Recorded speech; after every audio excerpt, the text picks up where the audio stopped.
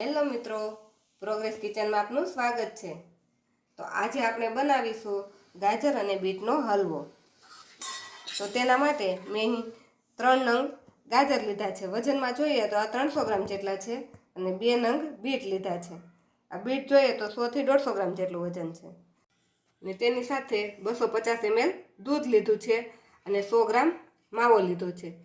જો માવો લેવો ઓપ્શનલ છે, તમારે ફટાફટ બનાવવો હોય તો થોડોક માવો નાખો તો ઝડપથી બની જાય છે, નહીતર તમે 250 ગ્રામ દૂધની જગ્યાએ 250 ml દૂધની જગ્યાએ 500 ml દૂધ પણ નાખી શકો અને તેના કરતાં વધારે પણ નાખી શકો।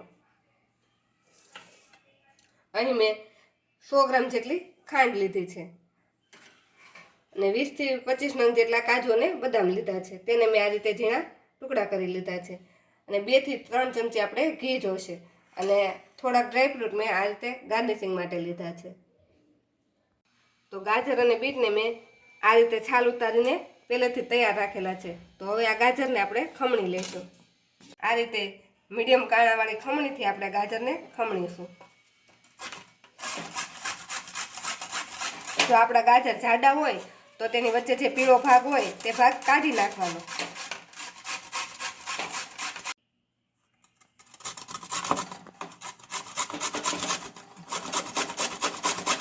તો આવી રીતે આપણા બીટ અને ગાજર બધું ખમણી લઈશું। ગાજર અને બીટ બંને વસ્તુ આપણે ખમણીને રેડી કરી લીધા છે। હવે આપણે એક જાડા તળિયાવાળી કઢાઈ લઈ લઈશું। કઢાઈ આપણે જાડા તળિયાવાળી અને આવી થોડીક પોળી હોય તેવી લેવાની। તેમાં આપણે 1 ચમચી ઘી નાખીશું।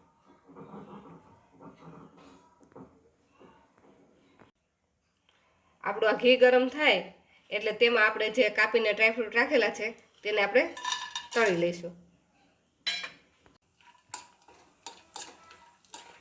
આ રીતે આપણે ડ્રાયફ્રૂટને થોડાક તળીને નાખીશું તો હલવામાં એનો એકદમ ક્રન્ચી ટેસ્ટ આવશે। 1 જ મિનિટમાં આપણા ડ્રાયફ્રૂટ સરસ તળાઈ ગયા છે। હવે આ ડ્રાયફ્રૂટને આપણે એક ડીશમાં કાઢી લઈશું।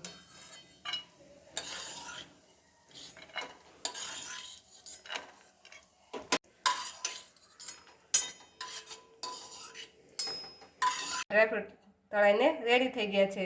હવે પાછું આપણે એક કઢાઈમાં થોડુંક ઘી વધેલું છે તેમાં ફરીથી આપણે 2 ચમચી જેટલું ઘી નાખીશું અને આપણું ઘી ગરમ થાય એટલે આપણે જે ખમણીને ગાજર અને બીટ રાખેલું છે તે નાખી દઈશું।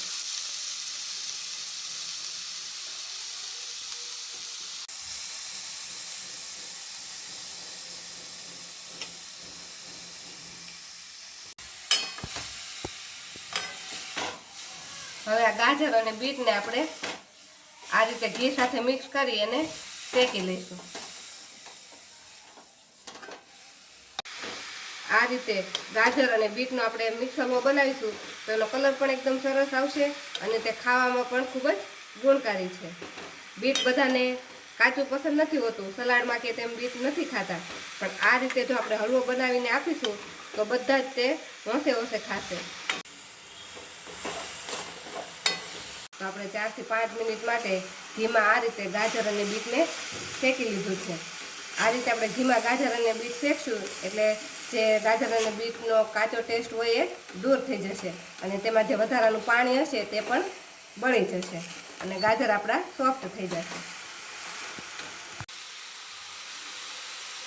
તો આપણું બીટ અને ગાજર સરસ શેકાઈ ગયા છે। તો હવે તેમાં આપણે જે દૂધ લીધેલું છે તે નાખી દઈશું।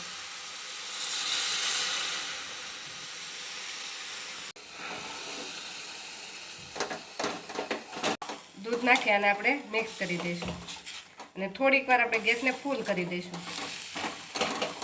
આ રીતે આપણે દૂધ નાખીશું એટલે દૂધમાં આપણા ગાજર એકદમ બફાઈને સોફ્ટ થઈ જશે। હવે આને આપણે ઢાંકીને 5 થી 7 મિનિટ માટે આ રીતે બફાવા દઈશું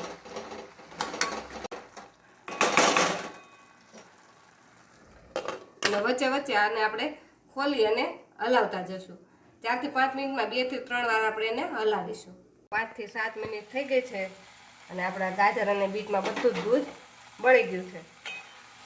તો આ રીતે આપણે એને હલાવી લઈશું।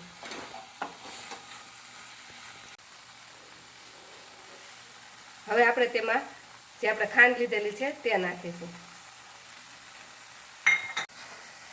ખાંડ નાખી આપણે એને મિક્સ કરીશું. ખાંડ નાખીશું એટલે ખાંડનું પાછું પાણી થશે, એટલે થોડીક વાર આપણું આ મિશ્રણ છે એ પતલું લાગશે. પણ જેવી રીતે ખાંડ ઓગળશે અને પછી પાછી ખાંડની ચાસણી જેવું થશે એટલે આપણું આ મિશ્રણ પાછું ઘાટું થઈ જશે. ખાંડ નાખ્યા પછી હવે આપણે આને સતત હલાવતા રહીશું. હવે એને એમનેમ રહેવા નહીં દઈએ. જો એમ જ રહેવા દેશું તો આપણો હલવો છે તે નીચે ચોંટી જશે.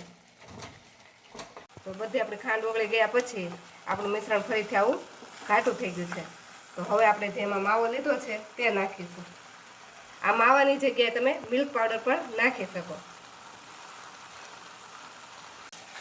હવે આ બધી વસ્તુને ફરીથી આપણે મિક્સ કરી દઈશું એટલે બધો જ માવો હમણાં આમાં મિક્સ થઈ જશે.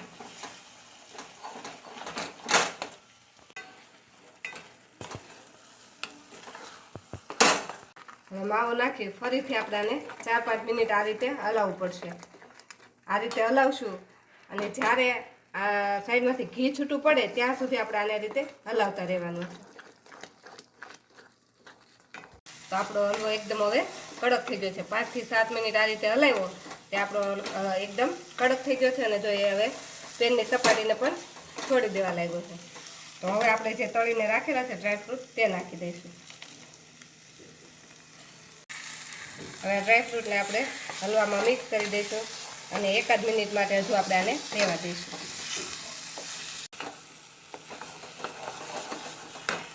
હવે ડ્રાયફ્રૂટ નાખી અને આપણે બધું મિક્સ કરી દીધું છે ને 1 મિનિટ થઈ ગઈ છે. તો આપણે સાઈડમાંથી સરસ જો ઘી પણ છૂટું પડવા લાગ્યું છે. તો હવે આપણે ગેસને બંધ કરી દઈશું અને આપણો હલવો બનીને રેડી છે. તો હવે આ ગરમા ગરમ હલવાને આપણે સર્વ કરી લઈશું.